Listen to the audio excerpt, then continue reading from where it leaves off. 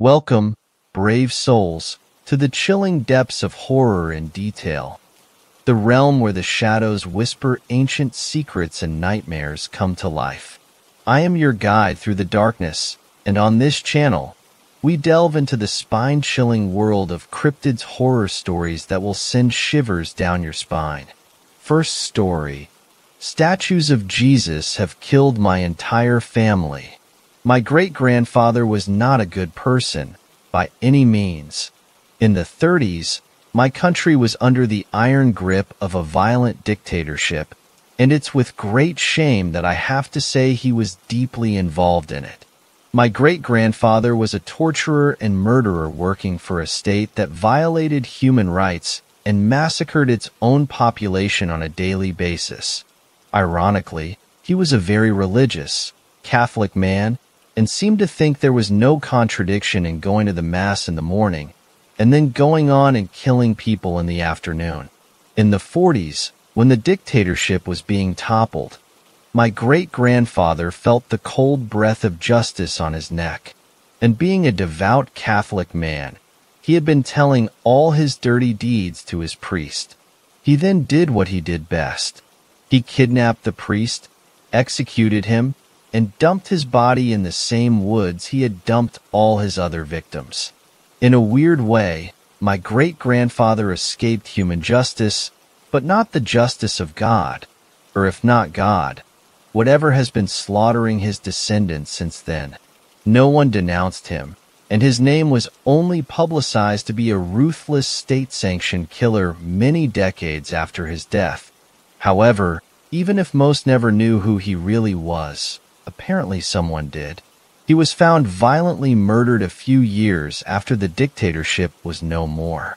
His body had been crucified, his throat cut, and his eyes gouged out. Iestisha Kika est, memoria aeterna est, justice is blind. Memory is eternal. It was written in blood on the wall next to his body.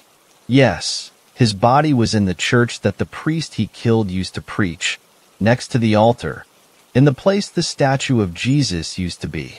The statue itself was never found. After my great-grandfather's demise, whatever ended his life, went after my great-grandmother. She was living in a small farm in the countryside. I don't know if she just wanted to move to a rural zone, or if she was trying to escape from the ones who killed my great-grandfather. If it was the latter, it didn't work. In 1975, she was found crushed to death under the family's tractor. Written in blood on the door of her house, the same Latin words that were written near her deceased husband. Justitia seccae, memoria aeternae. My grandfather was next. In the late 80s, he suddenly came home, screaming that Jesus wanted to kill him. My grandmother told him to leave, believing he was drunk. He left, and that was the last time anyone saw him. And a few years later, the curse passed on to my grandmother. My father found her one day after coming back from school. There was a wooden cross with a sharp stake-like handle embedded into her chest. She was bleeding, but alive. She was taken to the hospital, and whenever someone asked her who did that, she would firmly say, Jesus. It happened again, a few days later. She was found in the hospital's chapel, nailed to the cross on the wall, replacing the statue of Jesus, her wrists cut and filling the floor with blood. As she was already in a hospital, they managed to save her, and a police officer would then be on her hospital room at all times. The Jesus figure was never found. After this, my father's family would always be on the move. They were always renting different houses, moving around between states and cities, and only Protestant crosses were allowed in my grandma's vicinity. She managed to survive for a long time using these precautions, long into my father's adulthood. She also had 3 children before her husband disappeared, and all of them were aware of the curse, and this ended up benefiting me a lot in the long run. One day, even with all of her precautions, she had to attend a courthouse hearing as a witness. Despite the state being secular, for some reason. To this day, all courthouses have Catholic crosses. That means a cross with an image of Jesus. 3 days after the hearing, she was found dead, with her neck horribly deformed. When they opened it, there was a mass of wood stuck in her throat, a mass that was actually the crumpled figure of Jesus. The cross in the courthouse was, of course, empty. Someone wrote the same old message on the wall under it with a knife. Justitia seccae, memoria aeternae. I was already born by that point, and I remember going to her funeral. It was either 2006 or 2007, a funeral that none of her children attended. No one knew who the curse would pass to then. And cemeteries, as everyone knows, are full of crosses and statues of Jesus. It turned out the curse passed on to her oldest child, my aunt. She didn't last long. 3 years after the funeral, she was found dead in her apartment. The door had been broken, and someone had entered and beaten her to death. Her face was so destroyed they had to use teeth to confirm it was really her corpse. As per tradition, someone had written on the wall using blood. Justitia seccae, memoria aeternae. Yes, turns out one of her neighbors had a human-sized Jesus statue. A statue that was never seen again after the killing. She had no husband or children. This meant the curse would pass on to the next person of the bloodline. When my father was informed of the murder, he immediately knew he was next. With my great-grandmother, it took more than 20 years for the curse to get to her. With my grandfather, it took around 10. With my aunt, it took 3. The time span was getting shorter every time.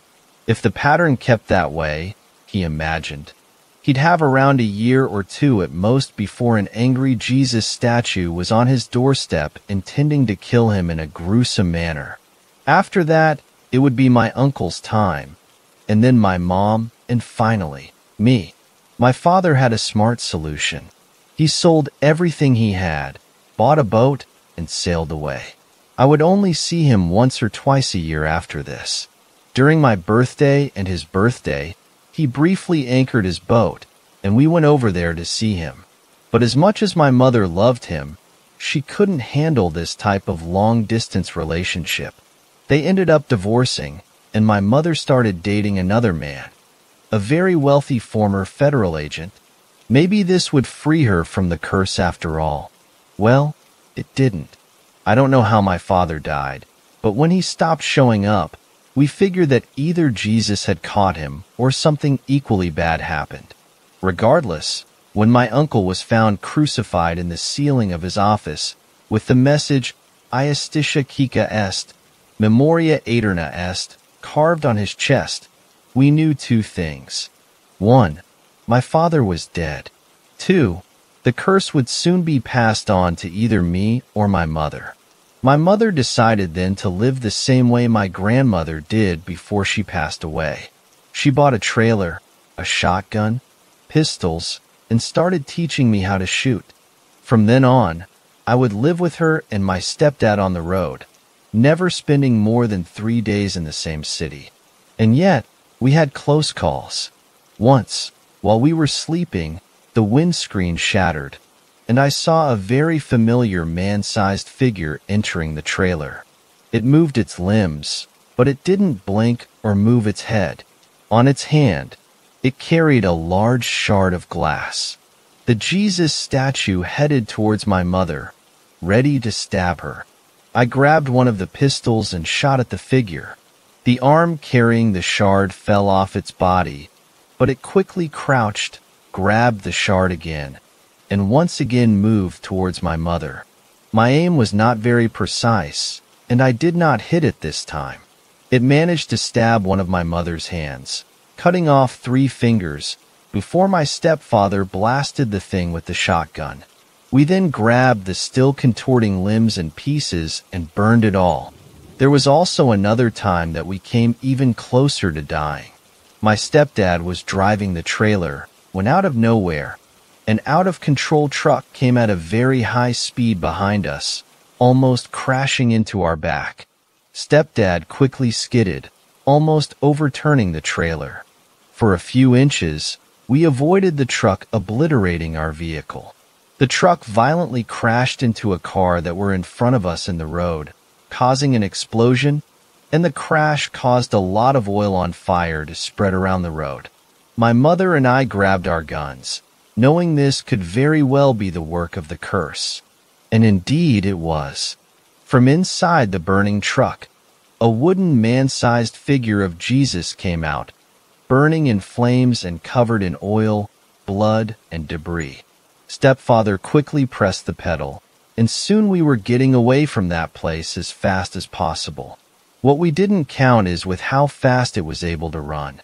The trailer was reaching 80 kilometers per hour, and yet the burning statue was almost reaching us. My mother opened the back glass and shot at it with the shotgun. The bullets blasted off its head, but it kept running faster and faster, and it managed to catch up with us. The thing jumped inside the trailer, breaking the back glass and setting the carpet on fire. My mother shot it again, creating an enormous hole on its torso. Yet, the Jesus image kept going, grabbing her shotgun and bending it with an impossible strength. I grabbed one of the pistols and shot it again, managing to destroy its legs. My stepfather then braked the car. The Jesus was thrown away towards the windscreen, shattering it and being thrown on the road. While I used the fire extinguisher, my stepfather made sure to run over it several times, until only broken pieces remained.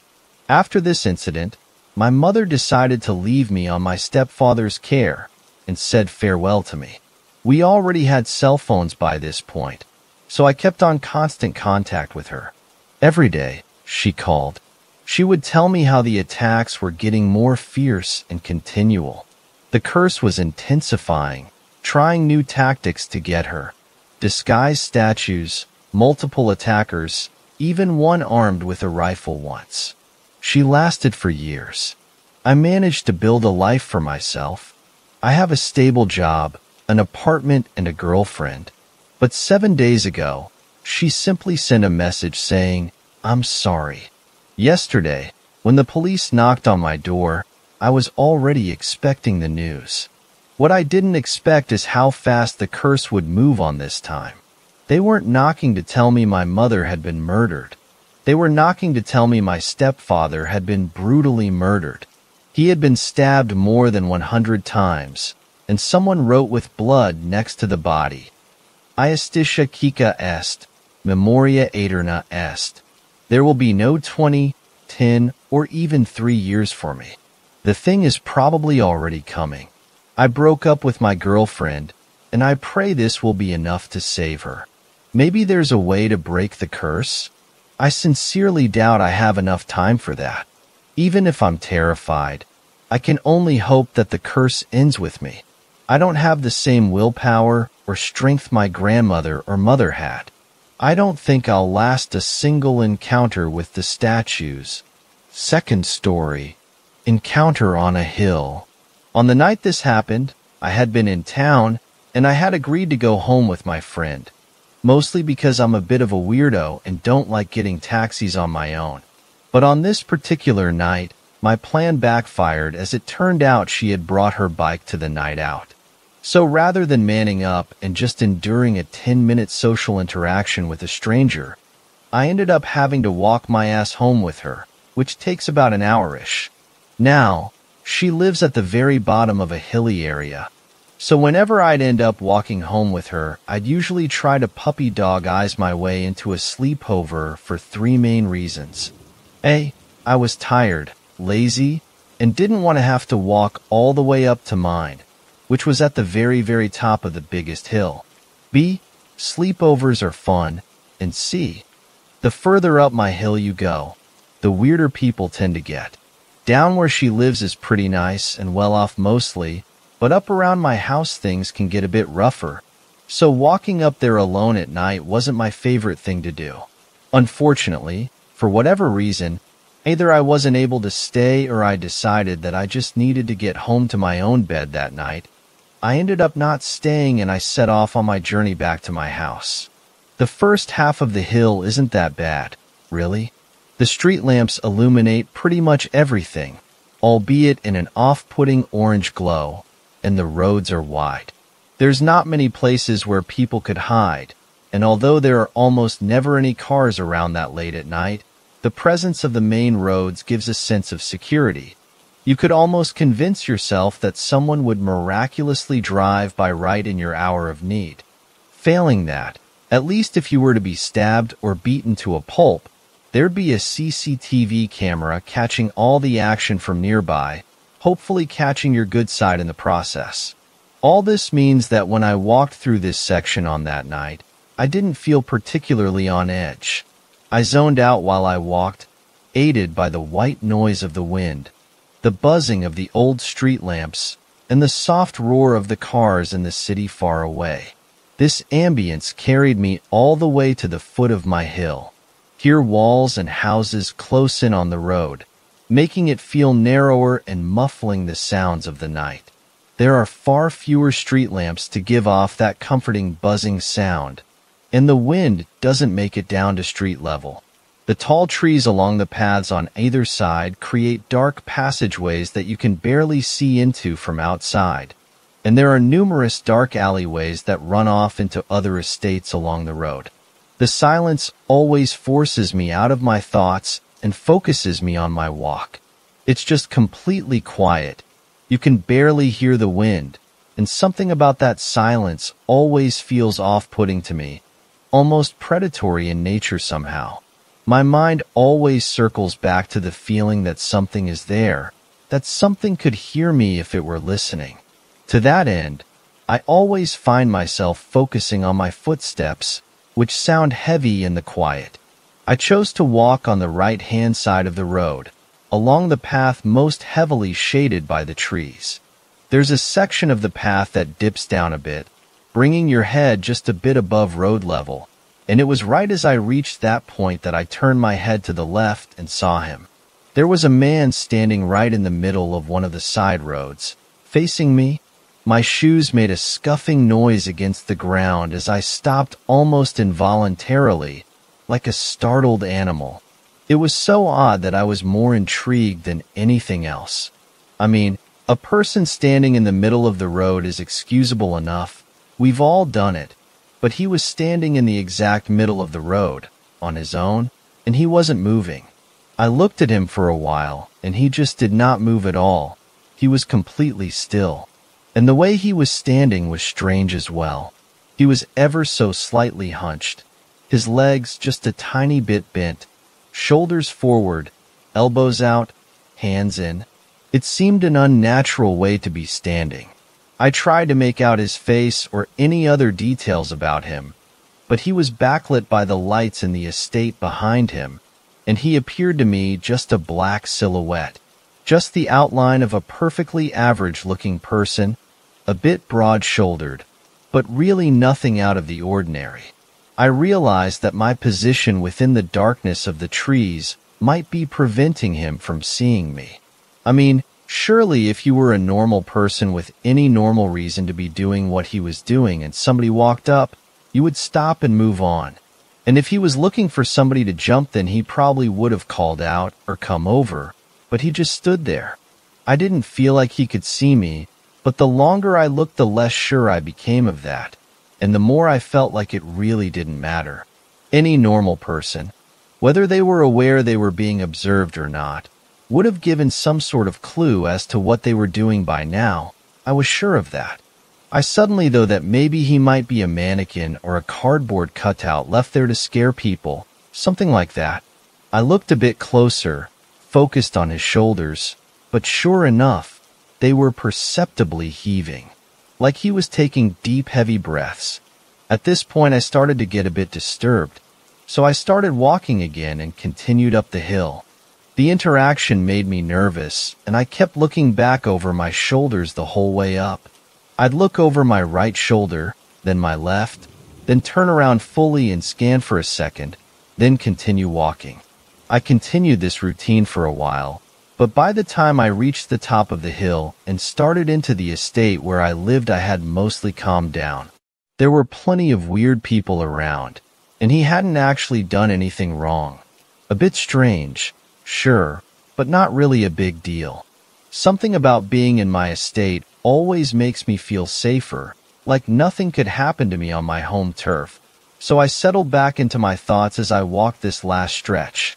I was still always aware of places that could be hiding potential danger, so as I approached one of the small darkened alleyways, I was about to turn my head to look into it, as I always did every time I passed. But I was stopped by the sound of heavy, labored breathing coming from within it. I didn't look, but I could see the same shape from down the hill in the corner of my eye. Hunched the same way, facing me again. My heart skipped a beat. How could he be there? I had left him behind me on the hill. He would have had to walk right past me in order to get here. There just wasn't any other way to get here. I was so shocked and scared that I just kept walking, as if my body didn't even register what had happened. After I had passed him, I sped up, walking at an almost comically fast speed walk. My ears were on overdrive, attuned to every single sound around me. If I heard anything behind me, I was going to start full-on sprinting back to my house. I had reached my limit for weird occurrences for the night. I just wanted to get home without any further incident, and I almost did. I made it to the very final stretch, a maybe 100-meter section of road with houses all around it, my house at the end, and the same figure standing right in the middle of the road between me and it. I felt a cold feeling creeping through my veins like syrup, and the sweat on my body suddenly began to chill me. I simply stood there, staring at him, just like when we first met maybe 15 minutes ago. I was utterly terrified.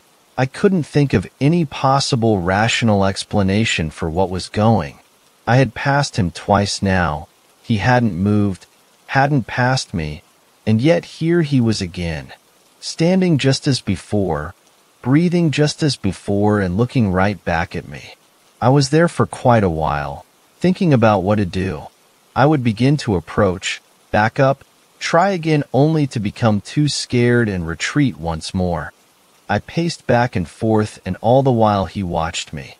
He never made any attempt to move towards me, or speak, or do anything other than simply breathe and watch. I decided I would simply walk past him, that I had no other choice, really. So I started towards him, but I couldn't bring myself to come that close to him, to come within arm's reach of him. More than that, I didn't want to see his face, to be able to make out his features.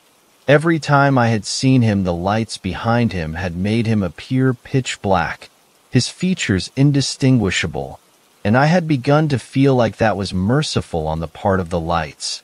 So I walked to my right, into the gardens of the houses alongside the road. I clung as close as I could to the houses, being careful not to crush any plants or flowers growing there, stepping up onto doorsteps to squeeze past the cars parked in the driveways at points. As I came up alongside him, it took a great deal of willpower to stop myself from turning to look at him and see him in greater detail. But I turned my head only enough to keep him in my peripheral vision. Every muscle in my body was ready for him to suddenly break from his near motionlessness and run at me. But he didn't, and suddenly I was past him. I continued on with my walk through the gardens for another few meters, and then I broke and ran, all the way to my door. I wrenched my keys from my pocket and shoved them into the lock. I heard the click and I burst through at top speed, slamming the door shut behind me and locking it again. After a few moments, I slowly made my way to my bedroom, got ready for bed, and went asleep. The experience had made me, above all else, bone-tired, and I quickly fell asleep. Shockingly, I had no dreams that I remember, and I woke feeling pretty much fine. I wasn't bothered by my experience at all, really. As quickly as he had entered my life, he had left. I had gotten an angry text from my mom about slamming the door the night before, but she nor anybody else ever asked me why I did it, and I really never felt any immense desire to tell them or anyone. Until recently, I somehow felt that I should recount this story, as I've been thinking about this encounter more and more often, and it disturbs me a little bit more each time. Third story. There's something evil in the Arctic underground. I'm not a thrill seeker. I spend most of my free time in a secluded comfort zone, usually in bed with my girlfriend. Having someone to love and hold is the only thing that doesn't make me feel cold anymore. I am grateful for it, truly. I am. Sleep has never been so good for me, and I can't imagine it ever will be if I lose this. Yet, there is no escaping some things. Not for me anyway. There are nights I wake up and remember it so clearly that I think, just for a moment, I return to that place beneath the ice. I can imagine the concrete ground, the thin walls, and the cold steel beams. I can hear the straining ceiling and the distant ruptures. I can only really make sense if I start at the beginning. For years ago, I went to the North Pole with a friend of mine, whom we will call Jake. Jake was the thrill seeker. He had the personality, not so much the funds, to pursue the next big thrill. Whenever he had enough cash to fund his latest impulse, he would spend it. It was no surprise to me, or anyone who knew him, that his relationships were often short-lived. He was attracted to the same kind of people, but impulsive people rarely hold on to their values. He was cheated on many times, and before you feel sorry for him, he cheated on women many times.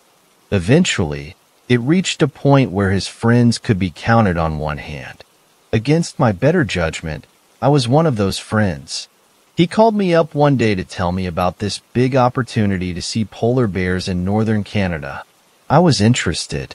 Spending all my life in England, I never went further in this world than Scotland, which turned out to be as equally miserable as the city I was living in. I had free days I wanted to take advantage of, and my life just felt like it was going nowhere. In short, I was feeling weak and impulsive. It didn't take much convincing for me to bite the bullet.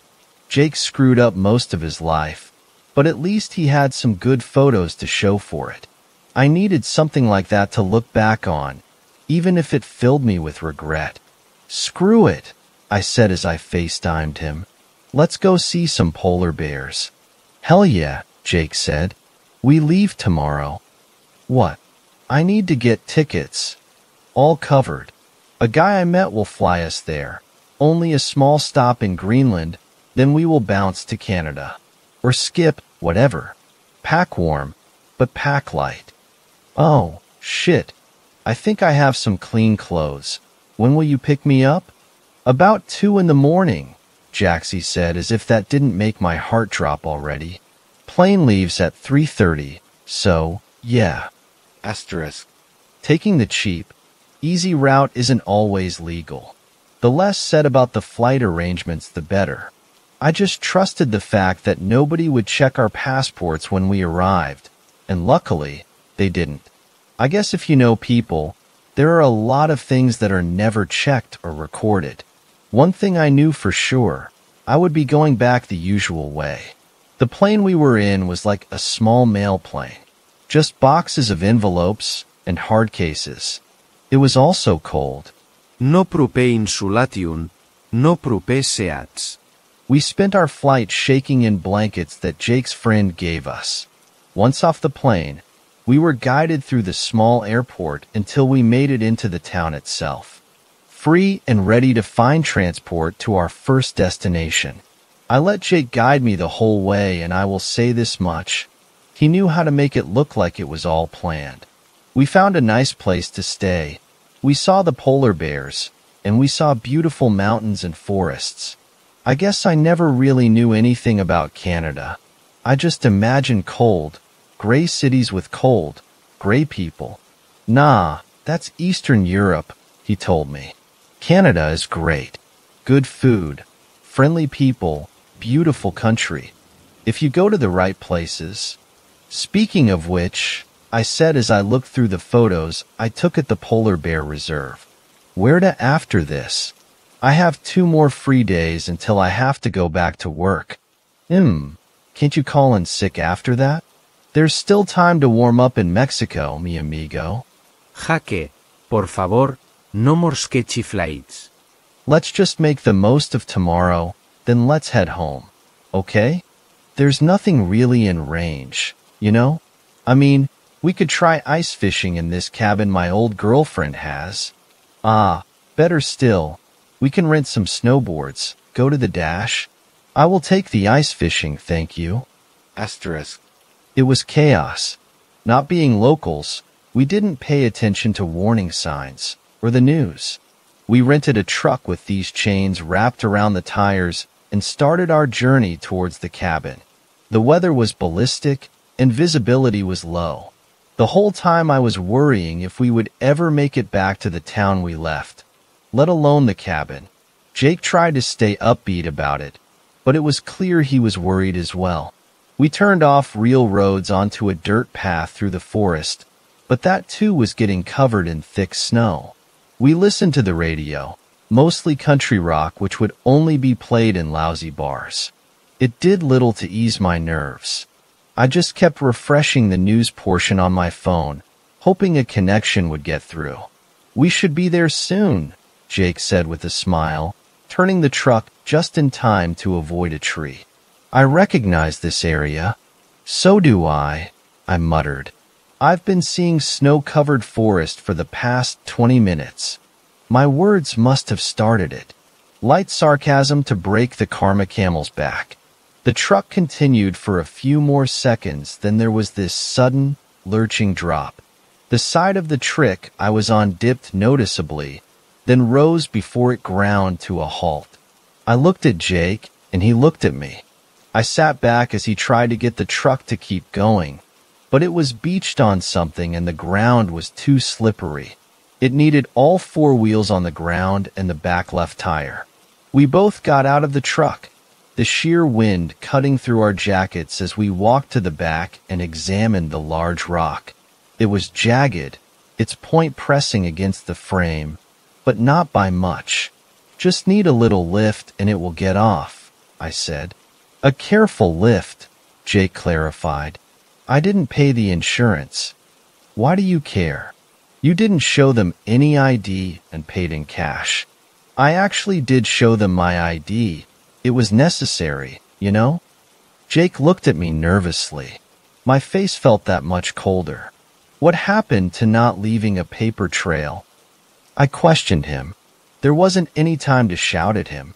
We had to get the truck off the rock. Luckily, the rental place didn't just give us chain-bound tires, which seemed to be clumped up with snow, but they also had a toolkit in the back of the truck. I took the largest piece of metal, a pry bar, and wedged it between the rock and truck frame. With as much patience as I could muster, I told Jake to pump the accelerator a little, so the truck didn't roll back. Being squashed by the red behemoth was the last thing I wanted. So, that's what we did. Being as strong as I was, I lifted the truck just enough that the 2 front wheels were able to pull the truck forward. The weight slipped off the pry bar so suddenly that I almost fell forward. The truck dropped. The frame hit the tip of the rock but bounced forward. Out of sheer fear, I stumbled back. The brutal crunch of that metal on rock made my heart jump. I saw the truck on all 4 tires as I stumbled back. I think I even heard Jake's whooping over the roar of the storm. As my ass hit the ground, I felt an emptiness to my right. I tried to place my hand there, thinking there was ground to keep me steady, but all I did was shirt my weight the wrong way. I fell into darkness.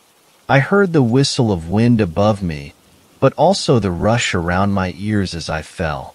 I heard the clattering of metal. The pry bar fell with me. A dull thunk. My leg hit something, causing me to twist. Then I hit the ground. All of this happened in the space of a few seconds. Each second I was in such shock I didn't react. And then I couldn't. Asterisk. I woke up to a shooting pain in my right leg that seemed to run up my side as well. My head didn't feel sore, but it wasn't easy getting up either. It felt like my insides were just one fragile piece of pasta, waiting for that pressure to make it all snap. Yet, I willed myself to sit up and look around, as well as remind myself to breathe. With that first painful inhale, my teeth ached and my tongue was dry. When my eyes adjusted to the darkness, I saw I was in a tunnel. The walls and ceiling curved into each other, making this half-moon shape against the flat, concerted ground. Steel struts added to the support and separated the rooms that diverged away from the tunnel I was in. I saw lights far ahead, a glowing speck in the distance. I instinctively reached for my pocket to get my cell phone to use the flashlight, but that was nowhere to be found. I recalled leaving it in the truck to charge. I sat there for a moment, energy fast returning, but all of it focused on my growing panic. I had fallen. I could see the hole in the roof above, but I couldn't see the surface. Water droplets dripped onto and around me. In a hoarse voice, I called up but received no response. I couldn't even hear the blizzard. What I did hear was creaking and cracking. The panic told me to stand up. My foot bumped the pry bar that fell with me. I picked it up and started walking towards the distant light. The whole tunnel seemed to make those unsettling noises, but otherwise, it was silent. My footsteps were the only accompaniment. My eyes searched the darkness for something as I walked, my logic-bound mind seeking something that could help me, like a phone. When I couldn't see one, I started inventing reasons for the tunnel I was in. Old subway? It didn't look like one. Part of the infrastructure, like a sewer or electrical thing. No, that was crazy. It looked too good for either of those. Old war bunker? I doubt the Canadians built something so large during the war. After who knows how many minutes, I heard something collapse and it shook the tunnel. Looking back, I could make out concrete falling and steel struts snapping and buckling, right where I sat. The tunnel was struggling and losing. Section by section, it was caving in towards me. I wasn't slow to start. I ran for my life. I don't know how movies could get the sensation so wrong. You don't have time to scream and run. You could only do one effectively, and obviously it was the latter. I ran until I reached the light, the collapse only increasing in speed, catching up to me. I tried to turn the corner sharply, but I only ended up slipping. My head bounced off the ground and fear pushed me to my feet again as I ran down a lit tunnel. The collapse reached the corner, but that's where it stopped. When the ground no longer shook, when that rumble faded, I looked back to see the wave of dust settle. The way back was gone. I was standing in a new section of the tunnel, which was much more like a maze of hospital hallways. The fact the lights were on made me hopeful, but not as much as a green exit sign hanging from the ceiling in one hallway. Sweating, I took off my huge puffy jacket and folded it under my arm. With the pry bar in my other hand, I started my fast walk towards the way out. I drank from a water cooler. The dust and cobwebs that covered it told me how long the place had been abandoned. Yet the lights told me that it still had power. Did those who built the place forget about it? Or was there some long-lasting backup power system? I passed by several empty offices, labs, and even surgery rooms, with weird observation rooms above them. I know now that it's common for students and even family members to observe a surgery, but I was thinking of something else at that moment. And when I say these rooms were empty, I mean it. A desk, a few shelves, some tables and hospital bed frames, and no mattresses were all that filled the space. There is only one exception, the rooms I couldn't get into. There were these keycard-protected doors, with some heavy-duty bars braced against them. Bolts kept those doors together, not screws.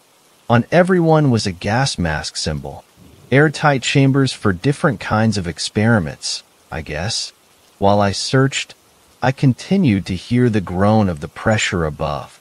At least it sounded much more stable, so I didn't have to worry about a mountain falling on top of me. My only concern was how long it took me to reach the exit. I kept following the signs. I wasn't going in circles. The rooms to my sides were different.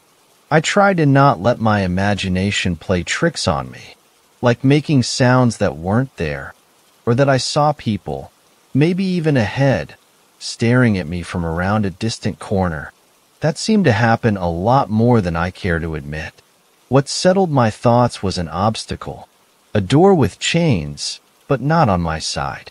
I could see through a narrow window the heavy chains that kept the handle in place, the massive lock that was used.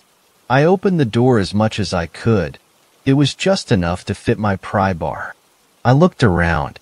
The sound of the metal echoed, but I didn't see anything. The hallway to my left, empty. The hallway to the right, empty. The hallway I came from had a single flickering light, and a few of those rooms I couldn't open, but it was empty too. I dug the pry bar and tried to find a good position to use it. I made the mistake of trying some sort of levering to snap a chain, but what worked was twisting it into a tight position first, then prying at a single link. It still took a while and I worked up a sweat, but the link broke. Gravity pulled the chains down with a clatter. I pulled the door open and stepped into a stairwell. I was at the top. The exit sign was pointing down. No, I remembered the word escaping my lips. That was the first thing that didn't make sense to me. Why would the exit be deeper into the facility? I didn't think about it for too long. It was still the only way I could see, so I took it. I started my journey down the steps. I passed several keycard protected doors on my way down, nothing that I could open. With each one I saw, I was afraid that the exit would be behind another keycard protected door. My descent was gradual enough that I could let those worries slip to the back of my mind. I would say it was close to 50 levels below where I started when the lights turned off. I didn't notice the hum of the facility until it stopped. In darkness, I had to use the glow-in-the-dark strips on the ground and walls to keep me from stumbling. I could still see the keycard-protected doors, their card reader screens still running on some kind of backup power, because they were lit even then. I was approaching one when I saw the screen shift for a brief second to a green tone, before going black.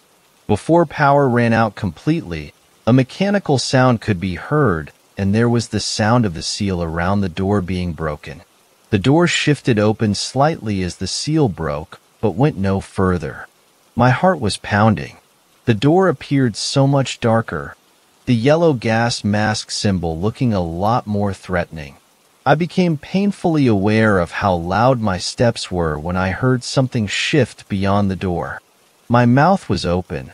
My breath halted right at the start of my throat. I didn't want to be found. I didn't want to be heard. I didn't feel alone anymore. My jacket made a sound I didn't like, so I put it down, abandoning it completely. While I was kneeling, I also took off my shoes and continued forward in socks.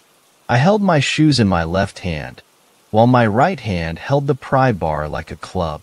I passed by several more doors, some regular, but locked. I didn't reach the bottom before I found a door with a green exit sign above it, the words themselves glowing in the dark. I looked through the vertical window and saw a glimmer of light.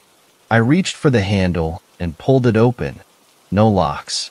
I stepped into a subway system, although a lot smaller. There was no mistaking what I was looking at. A train, a tunnel, and even the crappy tiles that covered most subway walls and pillars. The train sat there, empty, with the doors open, but its lights were on. I breathed a sigh. Click. It was the smallest sound. The sound of a door being pushed just a little before the frame stopped it. I turned around to look at the door, more specifically, the window in the middle of the door. A face pressed against the glass, too dark to identify even with the lights from the train.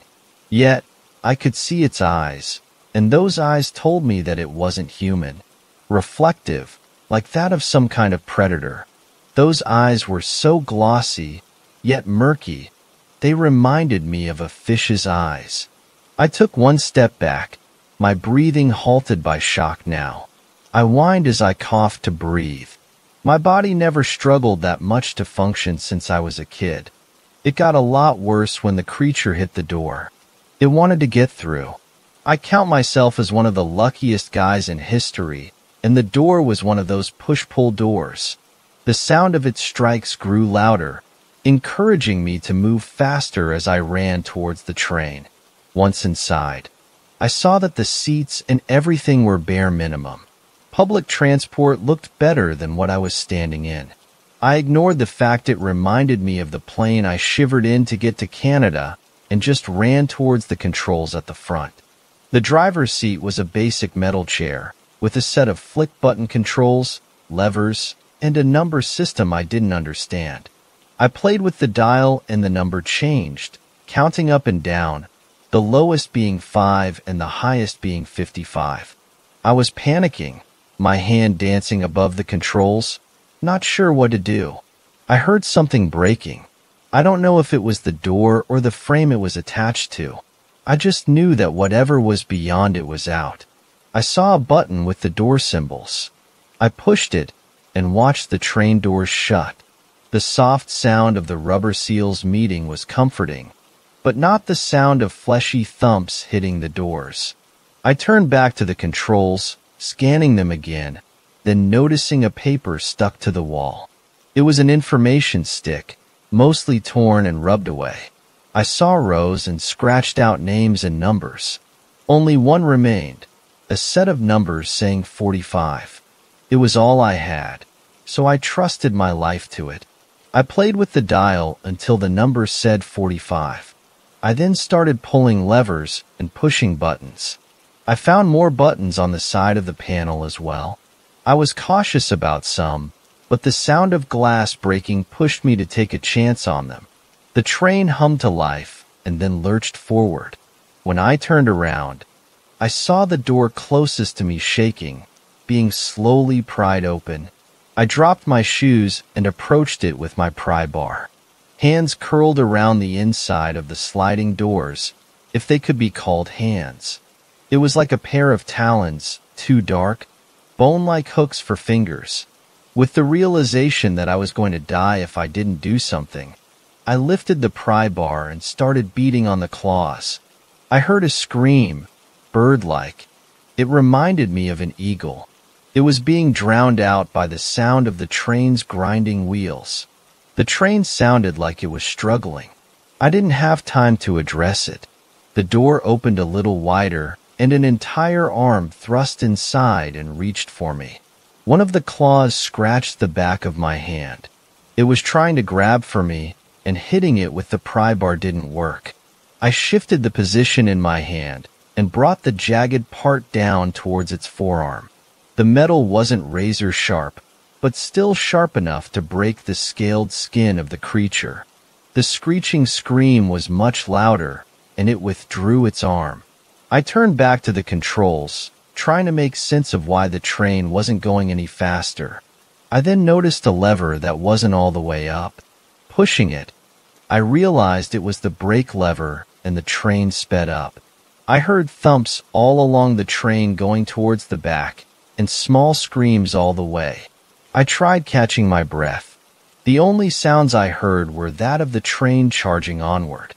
I looked back at the controls and saw that small metal slides shifted into place, locking levers and hiding buttons. A digital screen above the dial lit up with the words, "Destination set." I sat down on the ground and everything hit me at once. I yelled to let it all out until I was left with small cries that bubbled up with my breathing. I just felt tiny. I was tired, hungry, and sore. Those small cries were my only relief. It was a long train ride, a few days. I found a trash box at the end of the train, which contained mostly little, but I found a couple of bottles that still had water and stale soda in them. One orange soda bottle that was half full. It tasted awful. It made me feel a little sick, but I was desperate. I tried stopping, but it was impossible. I would break the controls before I got them to do what I wanted. I could wait and hope that I was still alive when it stopped. When it finally did, I didn't dare touch any other controls than the one that opened the doors. I stepped out and saw what appeared to be the same station I left days before. I approached a push-pull door, pushing it open, and saw a set of stairs. I climbed the stairs, not seeing any sealed doors. I kept going to the top, following a dark hallway until I came to a set of doors locked with chains. I used the pry bar, the end of which was stained with a black gunk, to break a link. More hallways, more doors, and a feeling of dread settling in my stomach. I then breathed what had to be fresh air. I had climbed another set of stairs, then a ladder, finally opening some kind of trapdoor that was left ajar. My hands touched sand, dry grass, and rocks, but mostly sand. I climbed out into an open desert, the night sky practically shining compared to the dark I had to trudge through. I saw a distant car driving away, a road. I walked towards it. I walked and walked until I was following the road. Asterisk. I woke up in the bed I sleep in now. A woman, a brother, and her mother found me on the side of the road. A true, honest, loving family that nursed me to health, and I didn't understand a word they said. They spoke Spanish. I was in Mexico. The train took me to Mexico. No wonder it took so many days. And here I have remained for the past 4 years. I learned the language, mostly from the woman who found me. We grew close enough to make me want to stay instead of returning home, then so close that I never wanted to leave.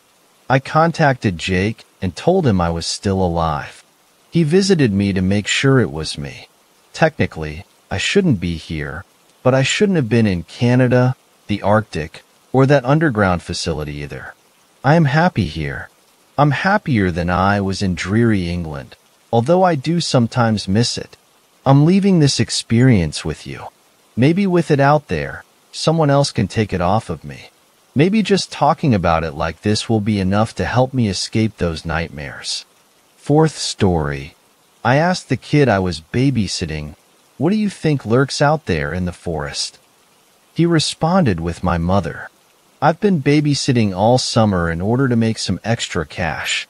At first, I just asked around at school if anyone needed a babysitter for their siblings, or if they knew anyone who could be interested. I started babysitting kids whose families I knew, but eventually I needed more money, so I put up an ad on Craigslist. It wasn't long until I got a response. The family lived in the suburbs, but what bothered me was how close to the woods their house was and the fact that they didn't have any neighbors. I got a bit freaked out at first, considering the fact that they were strangers with a cabin in the woods, but decided to push through the fear for the money. The house was a cozy little cabin, clean, with a garden in the back that had a gate which led to a trail in the woods. They had little lanterns hung out in the garden and a swing all the way in the back. The living room had a large window that faced directly the forest, and during the day the room was bathed in sunlight. The kitchen was right next to it, with its counter facing another huge window, surrounded by pots and vines, and stupid signs like, "Home is where the family is," or "In this house we say sorry." Upstairs, they only had the 2 bedrooms. The attic was a tiny space whose window faced the woods, too. The kid was pretty quiet. Honestly, I neither liked or disliked him. I tried to form some sort of opinion, but he just didn't stand out in any way. He wasn't mean or stubborn, but he wasn't a sweetheart either. He must have been around 5 or 6, so I would just put him to bed quickly and then snoop around the house. I've always been curious about whoever hired me, and I know it's not exactly recommended, but I would just go through people's stuff whenever I felt bored.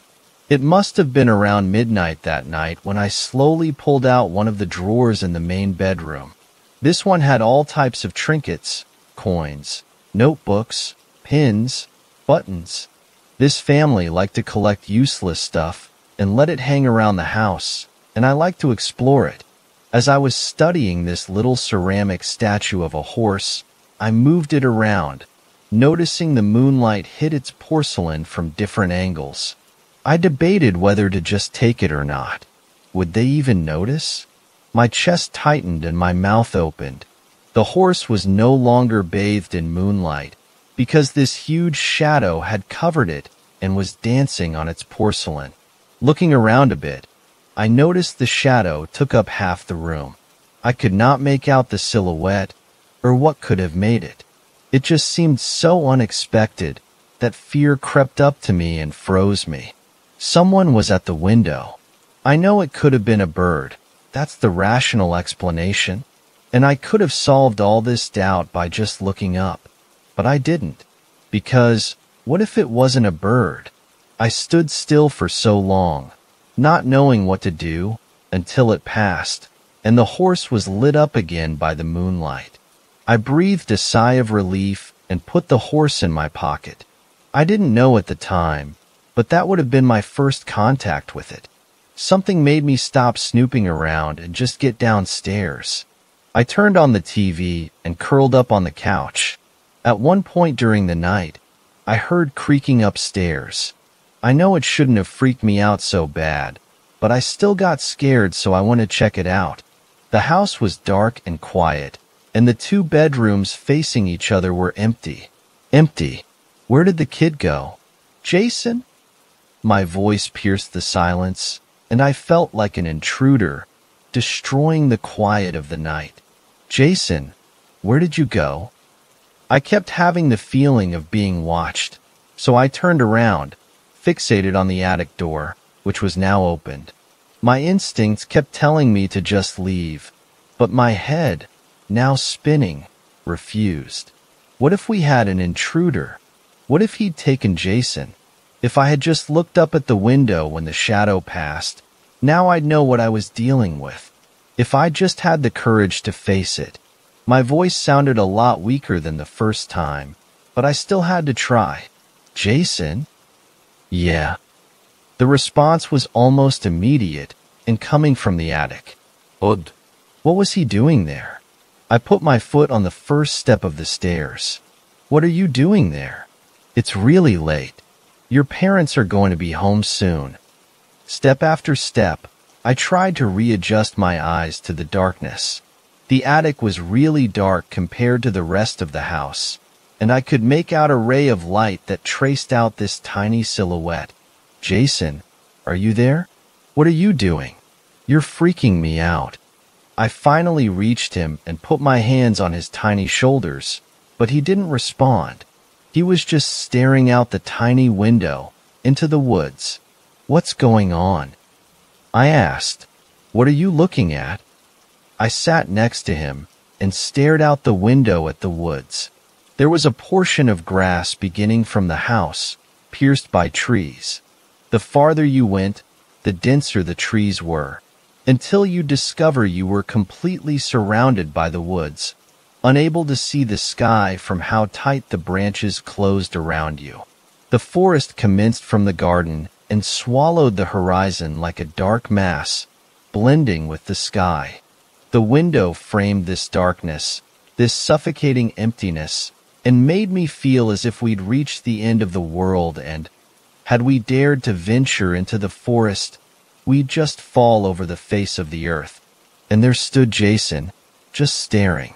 What are you seeing? He just wouldn't answer, so I decided to find out by myself. Studying the scenery, nothing particular stood out. Of course, I just needed to pay more attention. Yeah, the more you looked, the more movement you saw. Birds, animals, even the wind thrilled the branches and the leaves, the grass swaying gently. And then the shadows were the next thing you noticed, these forever moving stains on the ground. I could have stared out there for years. Maybe that's why Jason wasn't moving. There's just something about the night that keeps you up. What do you think lurks out there? I asked him, playfully. Where? In the woods? Yeah. My mom. I blinked a few times. That was unsettling. I mean, kids say weird stuff, but why would he respond to that? Was that a your mom joke? Was he trying to be funny? What do you mean?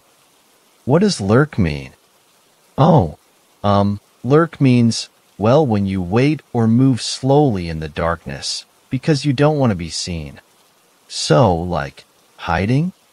Yeah, but you're lurking when you also want to do something bad. Just how animals lurk before they attack. Or monsters. I added, trying to scare him. So, what do you think lurks out there in the forest? My mother, he responded once again. My body tensed up. That's not funny. I don't want to be funny. Why would you say that? Your mom. That's an old joke, and it stopped being funny a while ago. I'm not joking. Okay, let's go to sleep. Your mother can't be lurking out there. I saw her and she's pretty nice. I don't know what she told you, but she doesn't eat people. She's out with your dad now, and they're gonna come home in a few hours. If they find out you aren't sleeping, I'll get a lot of shit for it. Shit. Don't tell your parents I said that. Come on, let's get down. I'm telling the truth. What? Is she a vampire? You know something was standing at the window earlier? I didn't really care that much about what I was saying, because in my head, everything had a logical explanation. Jason, however, widened his gaze. Yeah, that could have been her. Stop. I'm serious. And what does she want from us? Does she want to eat me? We were now in his bedroom, and I had tucked him into bed. I had my back to the window, facing the hallway, which had now become way creepier than expected. She doesn't want to eat you. That's so great. I taste horrible. Good night. I tried to stand up and leave, but he grabbed me. Wait, don't go. Look at me. What now? I want to tell you about this dream I had. This dream that woke me up. But you have to pay attention. Okay. So, in my dream, I was in the garden, and I was thirsty, and you were there too, and you tried to leave, but there were a lot of bushes around, and you got lost, and I found this puppet. I hate it when people tell me about their dreams, but I sat there, listening, facing Jason with my back to the window. Not because his story was interesting, not because I liked being there, because while he held me there, his eyes kept darting to the window, and I'd seen the shadow cover his face. Because he'd insisted I looked at him, but in reality he didn't want me to turn around. So I listened, until he abruptly finished his story when moonlight reached his face again. Thank you for the story. It was really interesting. You're welcome. Good night. Night. I spent the next hour in the other bedroom, fidgeting with the little porcelain horse. This kid was a lot braver than I thought. In the silence, I kept trying to make out distinct, unfamiliar sounds, but didn't succeed. The house had fallen asleep, and the night had become uneventful. His parents arrived soon after that. I put the horse in my pocket and went downstairs to greet them. Was he good, Keith? Yeah, the best. Don't worry. I studied both of them, head to toe, their clothes, mannerisms, facial expressions, but mostly the mom. Were you good? Asked the dad, jokingly. I hope so. I responded. They wanted to drive me home, but I insisted on taking my bike. I closed the door behind me, but instead of leaving, I headed to the backyard. I just wanted to see something.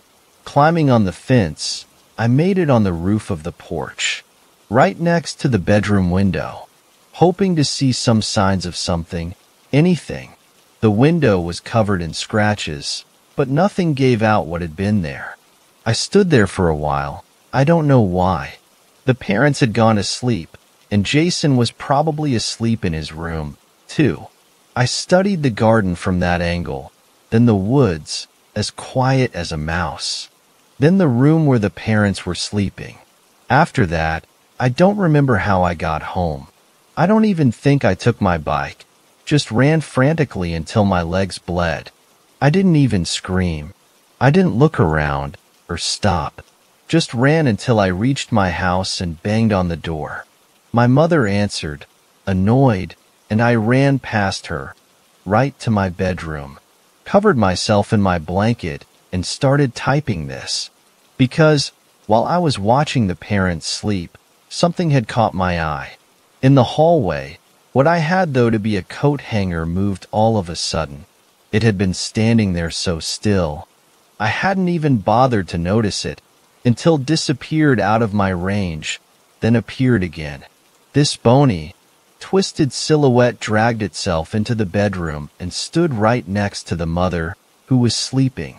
It looked uncanny, like a human who'd starved to death, with wide eyes and arms so long. They trailed behind it when it walked. It just stood there watching the parents, then lifted a bony finger and started counting. I stood there frozen, watching this horrifying show, forever scarred in my head. It kept counting and counting and counting. I was so scared to move that I would have watched it forever.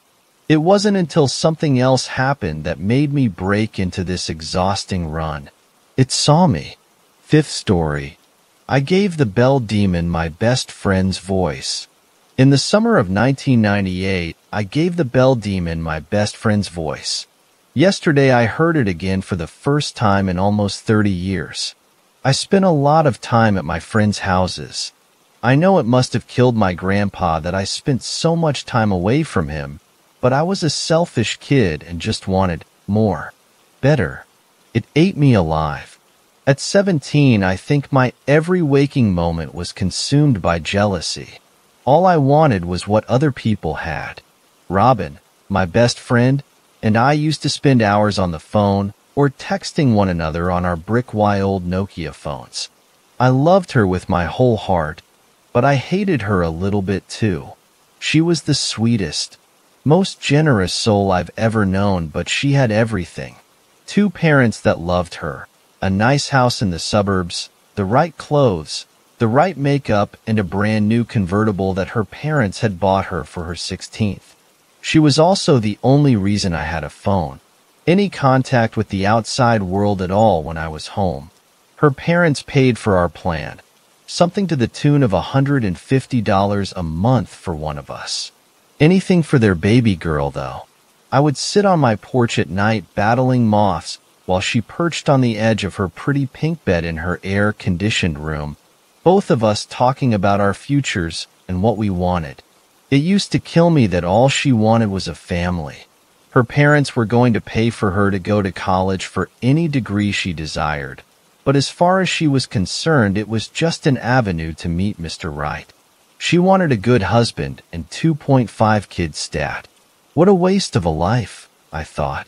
To be a Susie homemaker when you could be anything at all. I would have killed to have the options she had. To have any options at all. And I think that desire summoned something. I was sitting on my porch as usual, except that particular night I didn't feel like talking to anyone. I remember watching my phone light up with text message after text message, voicemail after voicemail. Robin wanted to talk. She was so excited. Acceptance letters had come back, and she wanted to decide what college we'd be going to. Together. Have you ever been so mad it felt like you were physically on fire?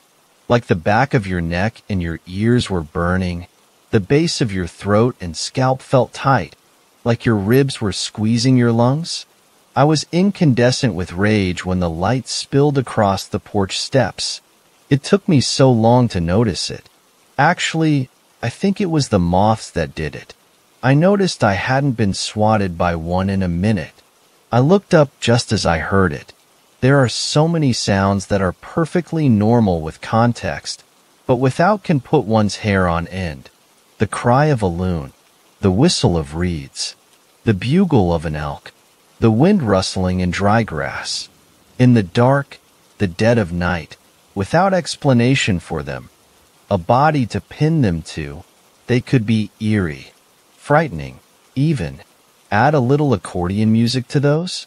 Suddenly it's not just frightening anymore. We lived on the last remnants of a farm. Crumpled out buildings were scattered around what was left of the land my great-grandfather had cleared. The forest had taken back most of it, including the old home. There were so many false doorways, between sheds and fallen trees. Slumped against ruined walls like sleepy drunkards, they were everywhere, all around. Most of them were dead ends. The music emanated from one the darkest, so pitch black that even the best night vision would have struggled to see in. Not that it was entirely necessary. The two thin, knobby knees that protruded from the darkness painted a vivid enough picture. The long, soot-gray legs they were attached to told a story of their own, as did the gnarled, sharp toes poking between the weeds. The toes themselves were as long as most men's hands, the knees the size of a head, and the legs. I was 5'7", and I would have been just about eye level with the top of each shin. Strange flowers grew all around them. Thin brown reeds capped in bells, clustered together like small bodies cowering in fear. Genuine bells. The real article. Their metal gleamed in the muted light of the moon. Their mouths angled toward the sky as if screaming in fear, but unable to make a sound. All their clappers were missing. 201. They were piled next to the musician's feet looking like chicken bones. Gnawed, picked clean chicken bones. I stood there speechless, which was just as well. The accordion stopped. The sound died off into a creaky weather-vane groan that put my hair on end. If I hadn't already had goosebumps. Got something to trade, sister? He stuck two sharp fingers down and pulled one of the bells out of the grass, raising it in my direction. I was paralyzed with shock and fear. I would have run otherwise, but I was too frozen to go, so I watched instead. Watched as he gathered one of the bell claps from the ground near his feet and slid it inside. Watched as he gave it a swing. Listened as the earthy, soul-touching contralto spilled around me. My breath hissed through my teeth. All at once I understood what was being offered. Plastic cracked in my fist. I was clutching my phone so hard that the faceplate was bulging. The screen lit up again. I watched the glow roll across my fingers and looked up at him. He held the bell in my direction. I held the phone in his dot. I pressed the answer button just before he took it. Hello? Was the last thing anyone ever heard Robin say. Until today. She wasn't doing anything with it anyway. And she would have wanted me to be happy. She was so generous that way. I waited until I was halfway down the road to try out my new voice. It felt good and full in my throat. I laughed for the first time in my entire life. That felt good too. So did having a plan. I knew exactly what I was going to do and I did it.